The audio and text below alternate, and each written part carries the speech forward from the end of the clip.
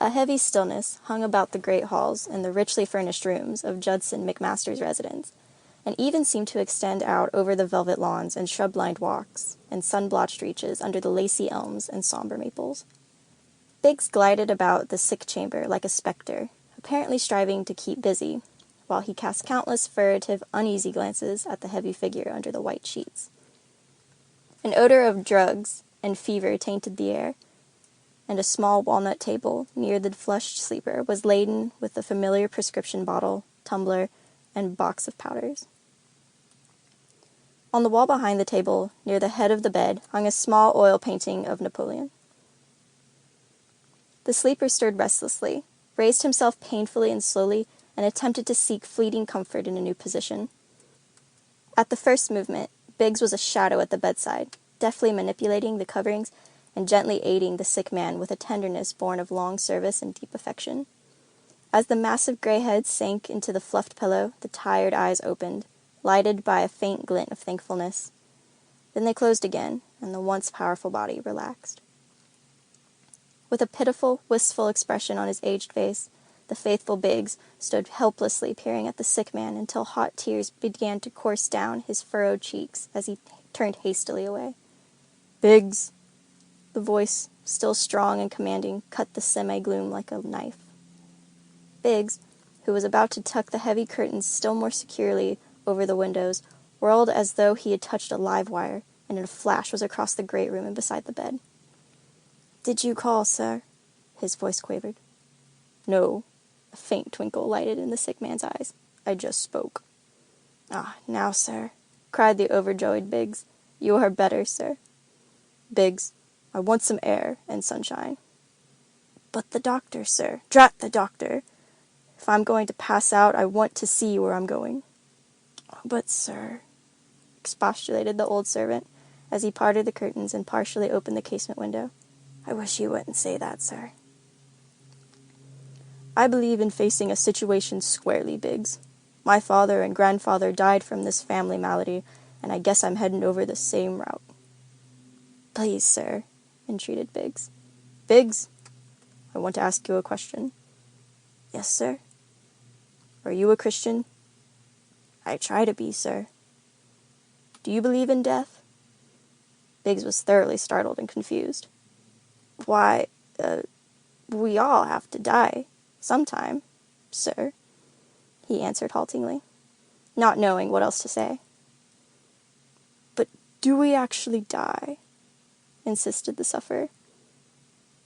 "Well, I hope not yet," ventured the old servant. "The doctor said—" "Forget the doctor," imposed McMasters. "Biggs, you have been in our service since I was a lad, haven't you?" Tears welled into the servant's eyes, and his voice faltered. 56 years, come next November," he answered. "Well, let me tell you something, that even in those 56 years you never learned, Biggs. My grandfather was buried alive." "Oh, sir, impossible!" cried Biggs in horror. "Absolutely," asserted the banker. "Why, how do you know, sir?" in a hoarse whisper. "My father built the family mausoleum in the far corner of this estate, didn't he?" "Yes, sir. He hated burial in the earth, sir, after reading the poem of Edgar Allan Poe's, sir." "What poem was that, Biggs?" "I don't recall the name of it, but I remember the line," faltered Biggs. "What was it?" "Oh, sir," cried the old man, "let's talk about something cheerful." "Not until we're through with this discussion, Hiram." The sound of his given name restored Biggs somewhat, for the banker resorted to it only on occasions when he shared his deepest confidences with the old houseman. "Well, the line goes, 'Soft may the worms about him creep,' sir." A slight shudder seemed to run through McMaster's body. Then, after a tomb-like silence, "Good reason for building the mausoleum." "Yes, sir, I think so, sir." "Well," with an apparent effort, "when they exhumed my grandfather's remains, to place them in the new vault, the casket was opened and—" "Oh, sir," cried Biggs, throwing out a trembling, expostulating hand, but the banker went on relentlessly. The body was turned over, on its side, with the left knee drawn up part way. That's the way he always slept. In life. Biggs's voice was a hollow whisper. And that's the reason my father, after building himself a mausoleum, insisted that his body be cremated, said McMasters. He took no chances. Biggs's horrified eyes traveled dully to the massive urn over the great fireplace and rested there, fascinated. Hiram, where is heaven? Biggs's eyes fluttered back to rest in surprise upon the questioner. Why, up there, sir, pointing towards the ceiling. Do you believe that the earth rotates on its axis? That's what I was taught in school, sir. If that hypothesis is true, we are rolling through space at a rate of about 16 miles a minute, figured the banker. Now you say heaven is up there. Yes, sir. Biggs, what time is it? The servant glanced at the great clock in the corner. Ah, it's 12 o'clock, sir, and time for your medicine, and a voice full of relief. Never mind the drugs, commanded McMasters, until we've finished our problem in higher mathematics. Now, if I ask you where heaven is at midnight, which will be 12 hours from now, where will you point? Triumphantly. Why, up there, replied a bewildered servant, again indicating the ceiling. Then, cried McMasters, you will be pointing directly opposite from the place you indicated a moment ago, for by midnight the earth will have turned approximately upside down. Do you get my point? Yes, sir, replied poor Biggs, thoroughly befuddled. Then where will heaven be at 6 o'clock this evening? Fairly shouted the sick man. Out there, replied the servant, hopelessly pointing toward the window.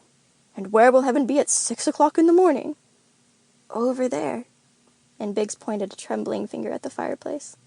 Then, oh, sir, let's not. The doctor— Hang the doctor, interrupted McMasters testily. I've been thinking this thing over, and I've got to talk about it to someone.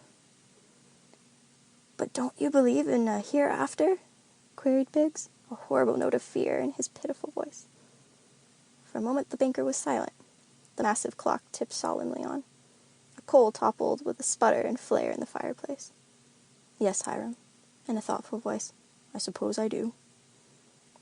I'm glad to hear you say that, cried Biggs in an evident relief. Ah, if you could but tell me, continued the banker, from whence we come and whither we go. If I knew, sir, I'd be equal with the Creator, answered Biggs with reverence. That's well said, Hiram, but it doesn't satisfy me. I've made my place in the world by getting to the root of things. Ah, if I could only get a peek behind the curtain before I go backstage, you know, mayhap I would not be afraid to die. And his voice fell almost to a whisper. The great director does not permit the audience behind the footlights unless he calls them, answered Biggs whimsically, a ghost of a smile lighting up his troubled features. Another thing, Biggs. Do you believe those stories about Jonah and Lazarus and the fellow they let down through a hole in the roof to be healed? I do, sir, with conviction. Do you understand how it was done? Testily. Of course not, sir, being only a human. Then tell me, Hiram, when you cannot see through it, how can you swallow all this theology? My faith, sir, answered Biggs simply, raising his eyes with reverence. At this, a quizzical smile came over the sick man's face. In looking up, Hiram, don't forget, since it is 12:30, that we have swung around 480 miles from the spot you originally designated as the location of the pearly gates. Oh, sir, I beg of you, remonstrated the servant. I cannot bear to have you jest in such a— Why, master! He broke off with a little cry, rushing to his bedside. The quizzical smile on the banker's face had suddenly faded, and his head had fallen feebly back upon the pillow. Oh, why did he waste his strength so? Cried Biggs, piteously, as with trembling hands and tear-blurred eyes he searched the little table for the smelling salts. After a few breaths, the patient sighed and opened his eyes wearily. My medicine, Hiram. Then I must rest. At midnight, Biggs, dozing in a big chair by the fire, was aroused by a voice from the sickbed. "Hiram." "Yes, sir," scurrying to turn on a subdued light. "Where is heaven now?" Noting the wan flicker of a smile, the old servant pointed solemnly downward. "You are a bright pupil," came in a scarcely audible voice. "Thank you, sir." "Do you know, Biggs, I wish I had led a better life." "You have been a good master, sir. You have been kind. You have given liberally to charity," Biggs defended him. "Yes," cynically. "I have given liberally to charity, but it has been no sacrifice."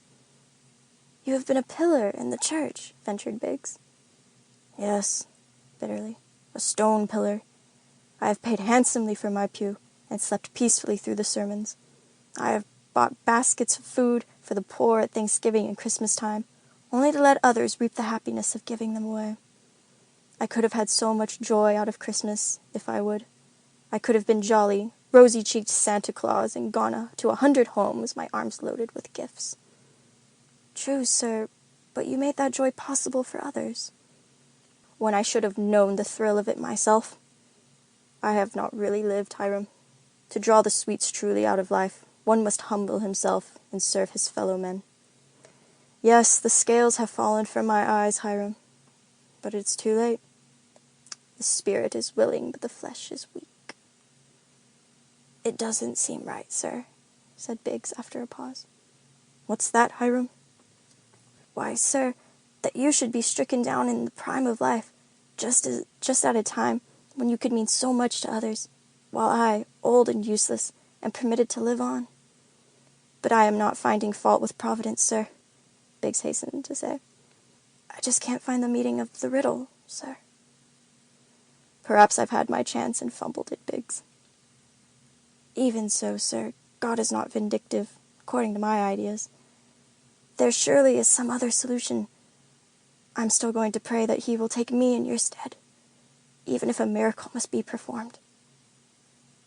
"So you have your faith in your prayers, do you, Biggs?" "Yes, sir, if they are unselfish prayers." "That brand is rather scarce, I take it," answered McMasters, but his tone was reflective rather than sarcastic. "Oh, sir, I wish you would pray as I do. God would surely understand." "Rather a queer request, Hiram. If my life depends on your death, no prayer shall ever pass my lips." "But, sir, I am old." "However," interrupted McMasters, "I shall pray that if my life is spared in any other fashion, I will make full amends for my years of indifference and neglect. And, Hiram, no one knows how much I truly seek this divine dispensation. But I have always scoffed at deathbed confessions, and so my heart grows cold, for I have no right to ask, now," again wearily, "no right, now." "Ah, master, God is plenteous in mercy. If you but have the faith, sir, it shall make you whole." "Very good. Had I lived as you have lived, Biggs." Then, after a pause, "Still, the cause is worthy. My heart is right, and I shall approach the throne. May God be merciful unto me, a sinner." "I hope it is not too late yet," faltered Biggs. "Oh, if God would only call me in your stead, that you would still do the good work that you find in your heart to do, how gladly I would go." A deep sigh was his only answer. A long silence was finally broken by the sick man, but when he spoke, his voice was so strange and uncanny that the servant hastened close and peered anxiously into the fever-flushed face of the sufferer. "Hiram, I must tell you a secret," came in a laborious, almost sepulchral whisper. Biggs came closer. "Bring a chair and sit down. I must talk to you." As the old servant again leaned forward, the sufferer hesitated. Then, with an obvious effort, he began. "Hiram, I'm going to give you some instructions which you must obey to the letter. Will you promise to keep them?" "I swear it, sir," with great earnestness. "Good. Now, if this fever seals my lips and the doctor pronounces me dead—" "Please, sir." Biggs broke in, tears streaming down his furrowed cheeks. But his master continued in the same subdued voice. "Whatever happens, I am not to be embalmed. Do you hear me? Not embalmed, but just laid away as I am now." "Yes, sir," in a choked voice, which fully betrayed the breaking heart behind it. "And now, Hiram, the rest of the secret." He paused and beckoned Biggs to lean closer.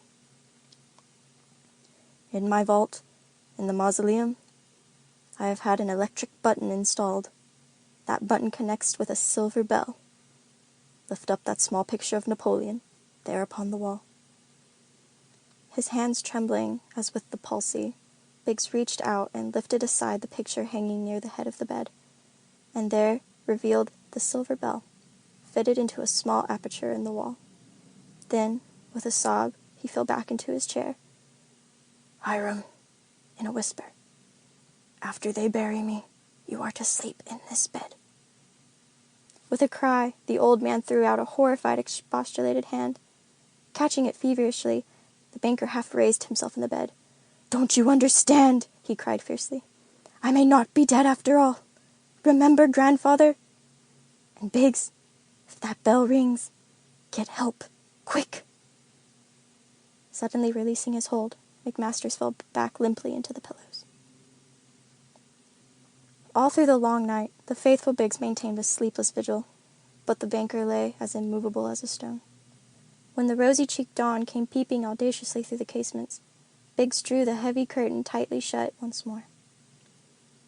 Not until the doctor's motor whirled away did the patient rouse from his lethargy. Apparently strengthened by his deep stupor, he spoke, and Biggs stood instantly beside him. "What did the doctor say?" Biggs hesitated. "Out with it! I'm no chicken-hearted weakling." "Nothing much," admitted Biggs sadly. "He only shook his head very gravely." "He doesn't understand this family malady any more than the old quack who allowed my grandfather to be buried alive," said McMasters almost fiercely. Biggs shuddered and put a trembling hand to his eyes. "What ails me, Biggs?" almost plaintively. "No one knows. This fever has baffled the scientists for years. When you fall into a comatose condition, they call it suspended animation. That's the best they can do. Find names for diseases. My family doctor doesn't have any more of an idea about this malady than you or I. The average physician is just a guesser. He guesses you have fever and prescribes a remedy, hoping that it will hit the spot. If it doesn't, he looks wise, wags his head, and tries something else on you. Maybe it works, and maybe it doesn't. The only thing my guesser is absolutely sure of is that if I live or if I die, he will collect a princely fee for his services." Biggs remained statuesque during the pause. "Gad," McMasters broke out again testily, "if I fiddled around in my business like that, I'd be a pauper in a month." "But the doctor says you're coming on," ventured Biggs. "Sure he does," answered the banker with a sneer. "That's his stock in trade. I know that line of palaver. Secretly, he knows I am as liable to be dead as alive when he comes again." "Oh, sir, you aren't going to die." "That's what I'm afraid of, Biggs. But they'll call me dead, and go ahead and embalm me, and make sure of it." "Oh, sir, I wish—" "Now remember, Biggs," broke in the sick man. "Shoot the first undertaker that tries to put that mummy stuff in my veins." "I understand perfectly, sir," answered Biggs, fearful lest the other's excitement might again give him a turn for the worse. "I know I'm apparently going to pass away. My father and grandfather both had this cussed virus in their veins, and I don't believe either of them was dead when he pronounced so." "Well, if by any chance, that is, if you—" began Biggs desperately. "If you are apparently dead, why not have them keep your body here in the house for a time?" "Convention, formality, custom, hidebound law," the banker fairly frothed. "The health authorities would come here with any army and see that I was buried. No, Biggs. I've got a fine crypt out there, all quiet and secure, good ventilation, electric lights, like a Pullman berth, and a push-button. That precludes all notoriety. It's secret and safe. The electrician who installed the apparatus died 4 years ago, so you and I alone possess this knowledge. Don't you think someone else should know of it too? Your attorney or... No, Biggs. If I really am dead, I don't want anyone to write up my eccentricities for some Sunday magazine sheet. And if I do come back, then it will be time to tell the gaping public about my cleverness. I wish you weren't so cold-blooded about it all, sir. I've always hit straight from the shoulder, Hiram, and I'm facing this death business as I'd face any other proposition. I'm not ready to cash in, and if I can cheat the doctors, undertakers, lawyers, heirs, and chief mourners for a few more years, I'm going to do it. And don't forget poor old Granddad. He might have been up and about, yet had he but used my scheme. Biggs turned away, sick at heart. It was too terrible beyond words. To him, his religion was as essential as daily bread. Death was the culmination of cherished belief and constant prayer. As his years declined, he had faced the inevitable day with simple faith, and when the summons came, he would go gladly, like him, who wraps the drapery of his couch about him and lies down to pleasant dreams. With throbbing heart, he listened for another torrent of words that would further stab his sensitive soul. For he had loved and revered his master from his youth up. But no words came. He wheeled about. The massive head had fallen limply among the pillows. Pallid lips were trying to form sentences without result. Then the great body seemed to subside immeasurably deeper into the covers, and a death-like stillness fell upon the room. Intuitively, feeling that his master was worse than any previous relapse, Biggs made every effort to revive him, gently at first, and then by vigorously shaking and calling to him in a heartbroken, piteous voice. But to no avail. The heavy figure looked pallid and corpse-like under the snowy sheets. Long hours dragged by, and still the lonely old servant sat mutely beside the bed, only aroused at last by the peremptory, measured call of the telephone bell. "Yes," said Biggs in a quavering voice. "Oh, yes. Dr. Meredith, Master's resting easy. Don't think you'll need to come until tomorrow." "I'll keep them away as long as I can," he muttered, as he slipped back to his vigil. "God grant, maybe he'll come back, and take up the work of the Master, so long delayed. Oh, God, if thou wouldst only take me in his stead." Sleeping fitfully, Biggs sat dumbly through an indeterminable night.